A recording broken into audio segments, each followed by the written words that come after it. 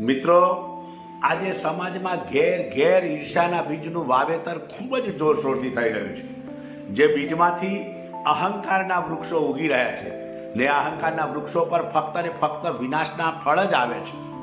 ઈર્ષ્યારૂપી slow પોઈઝનથી આપણે જ આપણા ભાઈઓને ખતમ કરી રહ્યા છે. ને દુઃખની વાત તો એ છે કે હું તો કોઈની ઈર્ષ્યા કરતો જ નથી એમ કહી આપણે સ્વીકારવા પણ તૈયાર નથી. ઈર્ષ્યાની આગમાં લપેટાયેલો ભાઈ બીજા લોકોને સ્વીકારવા તૈયાર છે પણ પોતાના ભાઈને સ્વીકારવા તૈયાર નથી. જો ઈર્ષ્યા કે અહંકારને બદલે સંવેદના, લાગણી અને સમાનતાના બીજ રોપી એમાં પ્રેમ, કરુણારૂપી જળ સિંચન કરવામાં આવે તો એ બંધુતા અને માનવતાના વટવૃક્ષ બની સમાજમાં ભાઈચારાની ભાવનાનો શીતળ છાંયડો અને મીઠા ફળ આપતા રહેશે.